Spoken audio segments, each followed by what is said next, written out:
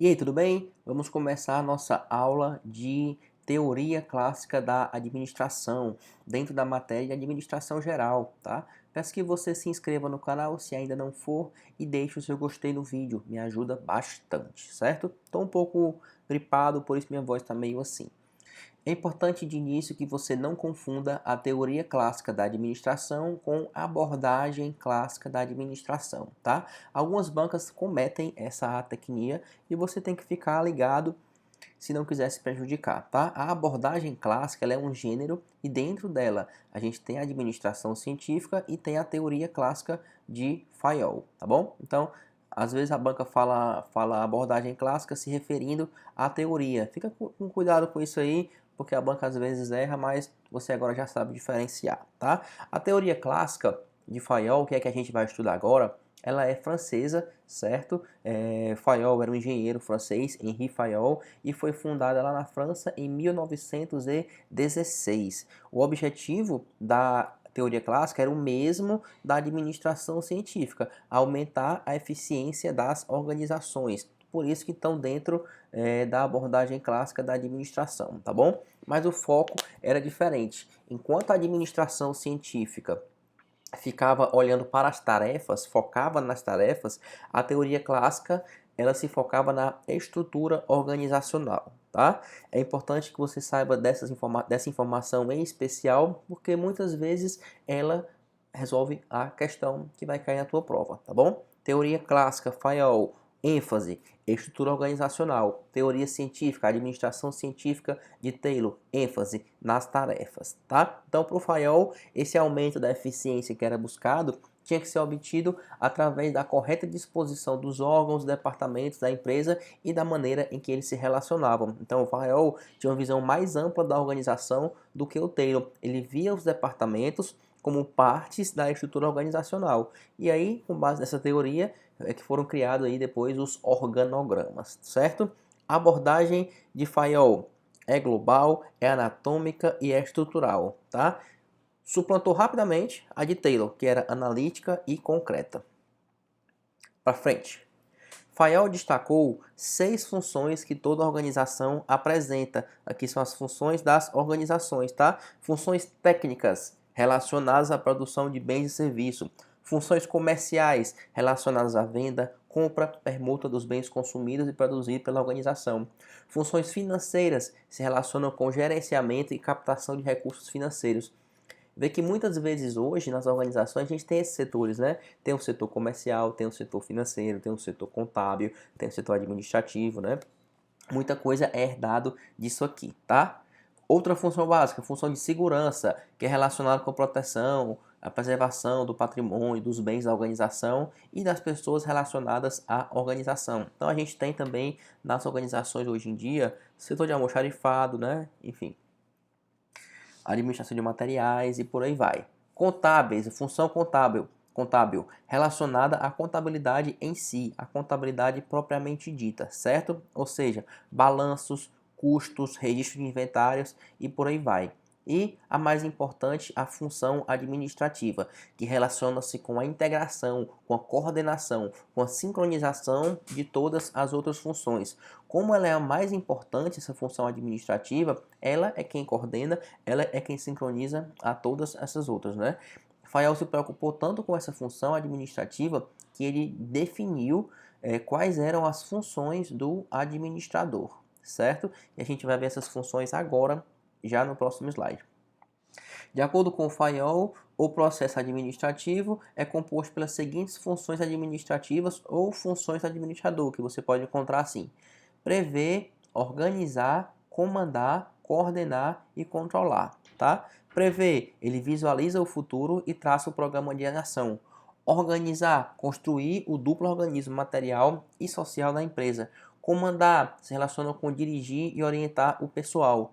Coordenar, é ligar, é unir, é harmonizar todos os atos e esforços da empresa. E controlar é certificar de que tudo está acontecendo de acordo com as regras estabelecidas e com as ordens que foram dadas, tá? Então, para o Fayol, os administradores de todas as áreas e todos os níveis, seja o nível técnico, seja o nível operacional, seja o nível tático, eles devem, certo? cumprir e devem ter essas 5 funções, independente aqui do nível, né? Que eu tenho o nível estratégico na organização, o nível tático e o nível operacional. Então, os administradores de todas essas áreas aqui, seja na área operacional, seja na área técnica, tática, ou seja na área estratégica, no setor estratégico, todos eles devem cumprir as 5 funções. Todos eles têm que prever, organizar, comandar, coordenar e controlar, certo? Fayol definiu ainda os princípios gerais da administração. Para ele, os princípios são universais e maleáveis, ou seja, devem adaptar-se a qualquer lugar, tempo ou situação. Na teoria do Taylor, da administração científica, uma das críticas que tinha é que era apenas focada para o chão de fábrica e não conseguia casar, às vezes, com outros setores, como o varejo, como o terceiro setor, enfim, como setor de serviços ou coisa do tipo, tá? Os princípios de Fayol para ele eram universais. São 14 os princípios gerais de administração e sim, todos eles caem, você tem que saber todos eles, tá? Alguns fazem mais sentido do que outros, muitos são ligados. Então, se você entender qual é a ideia do Fayol, você vai saber se aquilo ali é um princípio ou não, certo? Divisão do trabalho é a especialização de tarefas e especialização de pessoas para aumentar a eficiência. E essa especialização pode ser tanto vertical como horizontal. A especialização vertical são níveis de autoridade e níveis de hierarquia. A horizontal são departamentos, né? Então, aqui no organograma, vou desenhar assim para ficar mais simples da gente entender, tá? Vou botar só 3 níveis para você ter a noção aí de tático, gerencial e estratégico, certo? Aí aqui, ó, imagina que isso aqui são quadrados, viu? Porque minha capacidade de desenhar é excelente.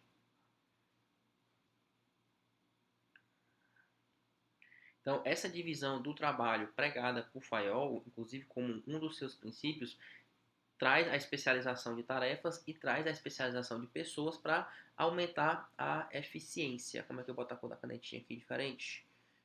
Pronto, achei. Então, digamos que aqui seja um nível estratégico, tá? Aqui um nível tático e aqui um nível operacional, né? Tático ou gerencial, aqui para ficar mais simples de você entender, tá? Então, essa divisão de tarefas, ela pode ser tanto vertical, certo? Que são os níveis de autoridade e hierarquia, essas linhas aqui, essas linhas de autoridade e hierarquia, tá? Ou podem ser ainda horizontal, que são os departamentos, né? Essa linha aqui que traça os departamentos. Então, tem um departamento aqui horizontal, outro. Vê que todos eles estão no mesmo nível, né? Todos eles estão no nível de especialização, mas no mesmo nível, numa ideia de horizontalidade. Já a departamentalização vertical traz a ideia para mim de hierarquia, né? Esse aqui manda nesses dois e esse aqui manda nesses quatro, certo? Seguindo uma linha de autoridade e hierarquia. Tranquilo?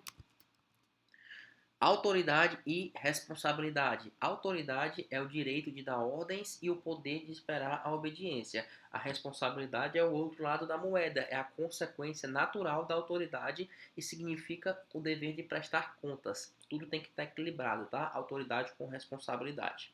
Disciplina. Disciplina depende da obediência, da aplicação, da energia, do comportamento, do respeito aos acordos que são estabelecidos. Unidade de comando é que cada empregado deve receber ordem de apenas um superior. Você vê que naquele meu organograma, se você subir aqui a tela, né? Vou desenhar só assim agora, bem rápido, tá? Finge que são quadrados, certo? O correto tecnicamente é quadrados, tá? Então, o princípio da unidade de comando, ele fala o quê? Que cada pessoa só vai receber ordens, ó, de um superior, tá vendo? Cada um aqui, seguindo a linha de autoridade e comando, só tem um superior. É o princípio da autoridade única, tá? Unidade de direção. Unidade de direção. Uma cabeça e um plano para cada conjunto de atividade que tem o mesmo objetivo. Se liga muito com a unidade de comando. Comando se refere mais à linha de autoridade e a direção se refere mais aos objetivos, tá? Subordinação dos interesses individuais aos gerais, ou seja, os interesses da empresa devem se sobrepor aos interesses particulares das pessoas. Remuneração do pessoal, mais um princípio geral da administração. Eu tenho que ter justa, eu tenho que ter garantida satisfação para os empregados e para a organização em termos de retribuição, em termos de pagamento, tá? Centralização é a concentração da autoridade no topo da hierarquia da organização. Naquele meu desenho que eu fiz aqui para você, vou botar agora só pequenininho aqui, para a gente usar como referência algumas vezes, tá? Vou puxar para cá dois, pronto. Nesse meu desenho aqui, você pode notar que a gente tem a centralização, né? A autoridade está centrada no topo da hierarquia, se você separar os níveis como estratégico, tático e operacional, certo? Cadeia escalar vai ser a linha de autoridade, a linha especificamente, tá? A linha propriamente dita, vai ser a linha de autoridade, certo? É essa linha aqui, ó, que eu estou traçando de verdinho, tá? É a linha de autoridade que vai do escalão mais alto ao escalão mais baixo em função do princípio da hierarquia, em função do princípio da unidade de comando. Ordem, um lugar para cada coisa e cada coisa no seu lugar. Então é uma ordem material e uma ordem humana.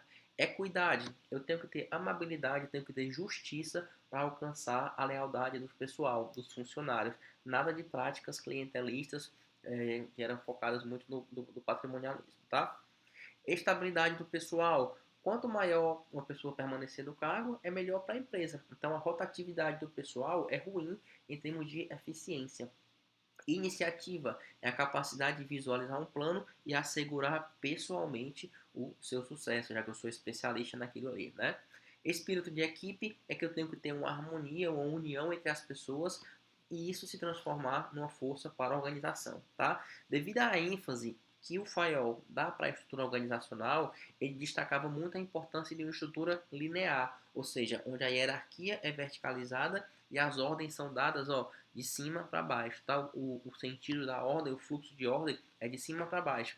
E esse princípio, esse tipo de estrutura linear, está em perfeita simetria com os outros princípios que a gente viu, como a centralização, unidade de direção, unidade de comando, de autoridade e por aí vai, tá bom? Então, salva aí que essa estrutura linear é bem ligado ao Fayol, é bem ligado à teoria clássica da administração. Se você for fazer alguma questão de departamentalização, de estruturação, pode ser que isso seja cobrado para ti. E a gente também tem críticas, né? A teoria clássica, óbvio, trouxe grandes contribuições para a administração. Ainda é a abordagem mais utilizada por pessoas iniciantes, porque dão uma visão mais simples e ordenada da organização, mas ela é rígida e inflexível em algumas situações. Então, as empresas menores ou empresas que são familiares e vão crescendo, normalmente usam esse tipo de administração, muitas vezes sem nem saber, né? Porque o comando está numa pessoa só, a ordem está no canto só, tem a ideia da centralização, né? Tem a ideia aí da disciplina, da autoridade, uma divisão bem específica. Lembra muito empresa familiar ou empresa pequena que está crescendo, tá bom? Quais são as críticas? A teoria clássica da administração de Fayol traz uma abordagem muito simplificada da organização formal. Por quê? Porque ela considera apenas a organização formal. Estabelece esquema lógico, estabelece diagrama e as pessoas têm que seguir aquilo ali de forma meio que só porque tem que ser governado de acordo com aquela maneira. Então, se você se esqueceu, o Fayol esqueceu do conteúdo psicológico, do conteúdo social, se esqueceu das organizações informais, né? Outra crítica é a ausência de trabalhos experimentais, porque os princípios que a gente viu agora, os conceitos que a gente viu agora, são todos baseados na observação, são todos baseados no senso comum. Bem que eu te falei que as empresas pequenas crescem, as familiares crescem, às vezes sem nem saber, seguindo essa teoria de Fayol, é porque no senso comum ela vai seguindo daquela maneira porque ela acha que é a melhor maneira, né? Então, essa teoria, ela não é comprovada com elementos concretos e científicos, mas é só com experimentos, tá? Extremo racionalismo na concepção da administração é outra crítica, é o excesso de formalismo, o excesso de racionalidade, o excesso de lógica na apresentação das ideias. Então, eu não consigo transmitir clareza e fica um pouco superficial, fica um pouco irreal, porque eu estou ligado só naquela racionalidade ali, estou muito ligado naquilo. Então, tinha que ser menos formal e tinha que ser menos racional, misturando aspectos sociais e psicológicos, tá? Chiavenato chama também a teoria da administração clássica de teoria da máquina, né, como uma forma de criticar. porque ele considera a organização uma máquina, que cada ação gera uma reação, de acordo com a relação já pré-estabelecida, uma máquina com peças, e as peças são os funcionários. E Chavenato fala que a teoria clássica tem uma abordagem muito incompleta. Assim como na organização de Taylor, a teoria clássica considera apenas a organização formal, não lembra da informal, esquece das pessoas, né? Por fim, uma outra crítica é uma abordagem de sistema fechado, ou seja, Fayol só considera o que acontece dentro da organização, não se leva em conta os aspectos externos, as variáveis externas que podem e sim impactam o funcionamento e a eficiência da organização, tá? É isso que eu tinha para falar com você sobre a teoria clássica. Focamos nos pontos principais. Peço que você resolva questões sobre o assunto, tá? Tem uma aula de questões já sobre isso. E qualquer dúvida, deixe um comentário para mim em qualquer vídeo que eu vou lá e te respondo, tá? Se você gostou ou pelo menos aprendeu, peço que você se inscreva ou deixe o seu like nesse vídeo. Me ajuda demais. É isso, bons estudos.